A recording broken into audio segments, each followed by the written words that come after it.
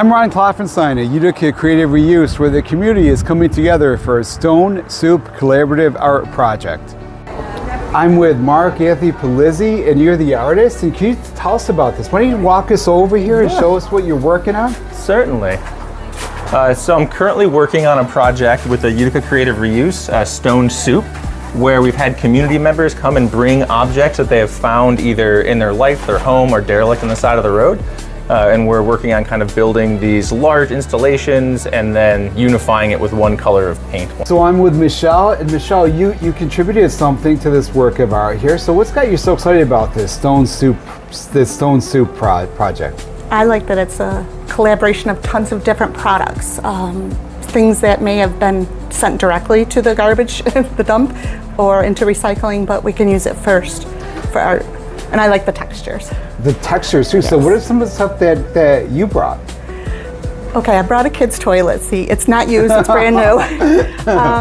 An old broken steamer pot. Yeah, a pot cooker or something it's called. Yeah. Oh gosh, I can't even remember now. Oh, my late mother's clock that I can't get to work again. I've been hanging on to it, and I was like, somebody can use this for something, and now I found it. Mark said he's going to do something. The toilet seat is like humor, like it has some humor to things. So that's why I had saved it. I was going to do something like in a flower bed or something. It was an attachment that came with the original toilet seat, but I just pulled that part off and kept it. So let me ask you, what does art mean to you? Art is a bunch of things to me. I like to be able to create art because it is good for stress and health and obviously creativity. I also like it that you can express something to someone else and it becomes communication between people. Yeah. Now we just spoke to Michelle, and Michelle, she brought in the toilet seat, and she brought in her mother's clock. Yeah. She also brought some other stuff too. Like, how did you make this? Like, why did you make the selection for certain objects, and then how do you decide where to place them?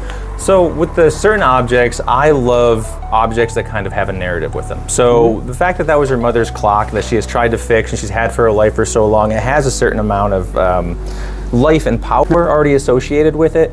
And I think that we all have just crap in the bottom of our closets, in the corners of our rooms that have some type of sentimental reason that just don't work anymore.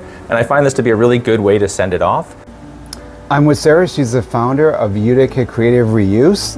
And you know, I think like a found art object kind of really symbolizes, or you know, is a good example of creative reuse to make something artistic. Yeah, so we got funding from the New York State Pollution Prevention Institute to do a series of workshops over the last year.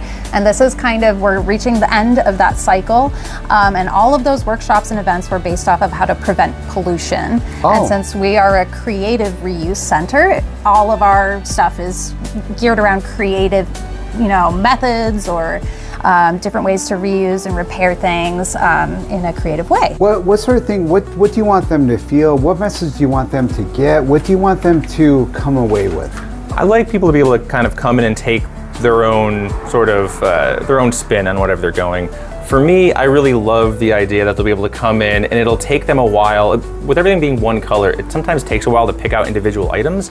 And so it gives you something to sort of think, and you get to, look at how design actually works.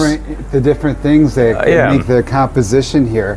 What are some of the most unique things, or some of your favorite things, or what are some things that the objects you think are most evocative?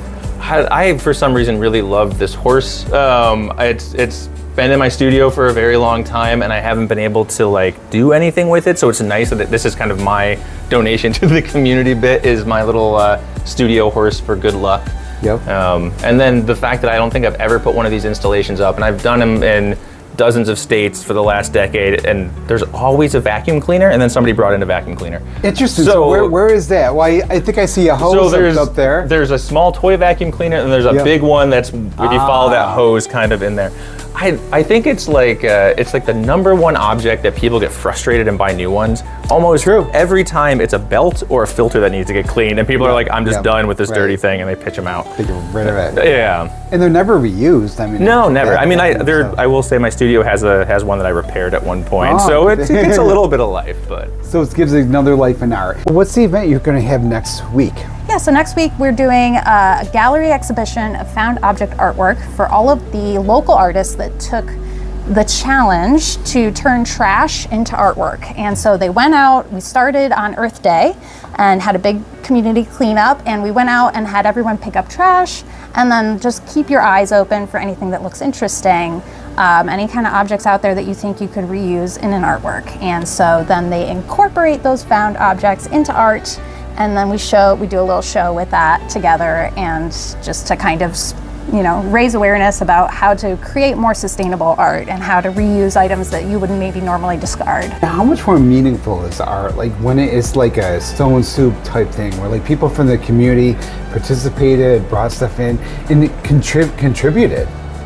I like that. I know some people on the list that I have brought some things down to, and I want to know what pieces they brought. What did they find interesting? So how does the whole idea of like the whole stone soup idea, the collective idea, the collaborative idea, how does that kind of mesh with like what your organization is really all about?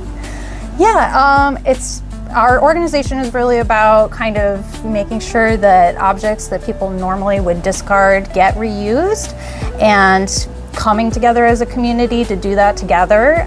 It's really just kind of what comes around goes around sort of thing. People come in, they donate stuff all the time, they bring stuff out, take it home with them.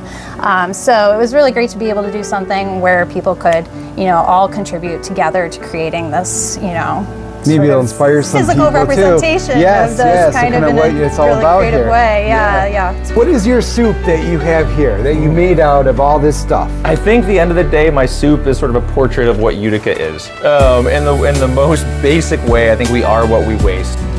The large sculpture and other works of art by members of the community will be on display here from September 12th until October 17th.